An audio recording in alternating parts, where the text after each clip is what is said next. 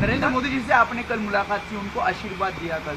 हमारे पास आए थे, उन्होंने प्रणाम किया। हमारा नियम है, हम लोग आशीर्वाद देंगे, जो आएगा उसको आशीर्वाद देते हैं। नरेंद्र मोदी जी हमारे दुश्मन थोड़े हैं, सदा उनके हित की बात कह रहते हैं। जब उनसे कोई गलती हो जाती है तो हम उसको भी कहते हैं। देखिए, हम सब लोग हिंदू धर्म के, सनातन धर्म के पालन करने वाले लोग हैं।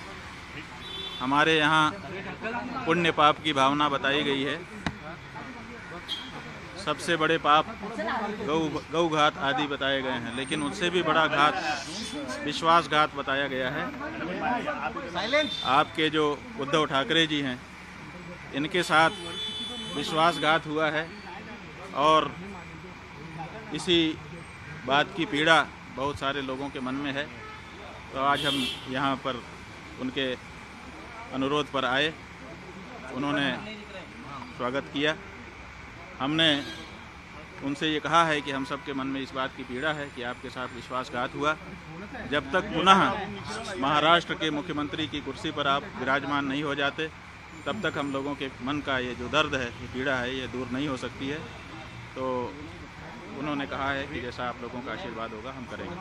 महाराज जी, लेकिन हिंदुत्व की बात कर रहे हैं कि जो विश्वासघात की बात कर रहे हैं, उद्धव ठाकरे से निकला, वो कहते हैं कि हिंदुत्व हमारा हिंदुत्व है, बीजेपी कहती है कि हमारे साथ विश्वासघात हुआ है। देखिए, किसका हिंदुत्व असली है तो ये जानना पड़ेगा कि जो विश्वासघात करे वो हिंदू नहीं हो सकता है। जो विश्वासघात सह ले वो तो हिंदू होगा, क्योंकि उसके साथ विश्वासघात हुआ है।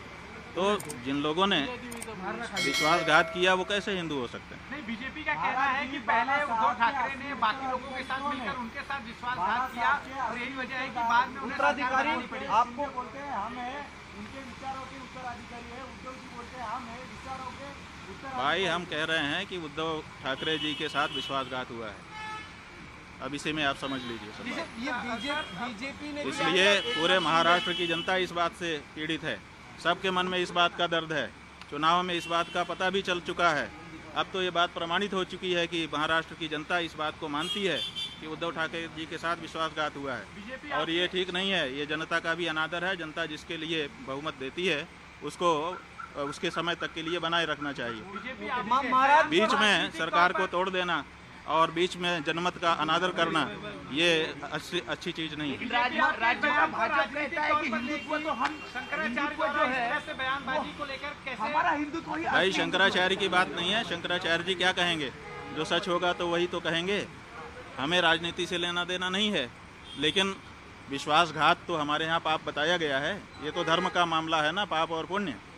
और इस बारे में कौन बोलेगा? राजनेता बोलेगा। इस बारे में तो धर्माचारी ही बोलेगा। महाराज जी, जो पूजा हुई,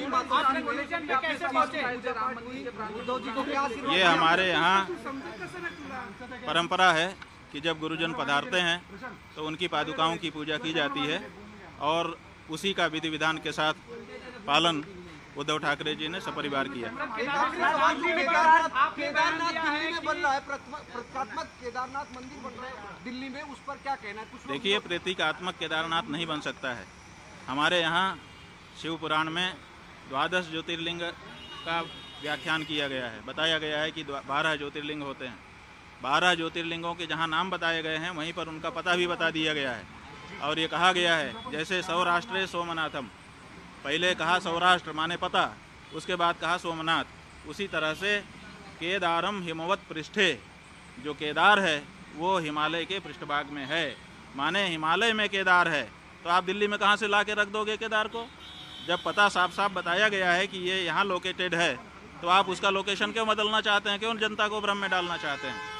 आप भगवान के 1000 नाम है, किसी नाम से स्थापना करके पूजा करिए, लेकिन केदारनाथ धाम दिल्ली में बनेगा, ये अनधिकार चेष्टा है और ये नहीं होना चाहिए। क्या इसके पीछे राजनीतिक वजह है? भाई, बहुत सारी राजनीतिक वजहें हैं। हमारे सभी जो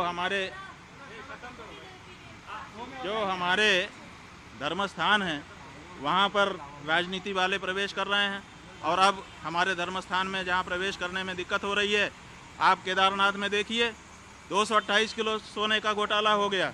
आप पत्रकार लोग क्यों नहीं उठाते हो?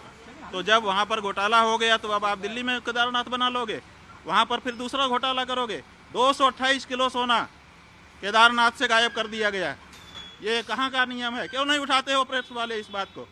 आज तक कोई जांच तक नहीं बैठाई गई। 228 किलो सोना का घोटाला केदारनाथ में हो गया, कौन जिम्मेदार है? क्यों इस बारे में जांच नहीं होती है? क्यों भाई इस बारे में निर्णय नहीं होता है? और अब आप कहेंगे हम दिल्ली में ही केदारनाथ बना लेंगे, ये नहीं हो सकता। नरेंद्र मोदी जी से आपने कल मुलाकात की, उनको आशीर्वाद दिया कल?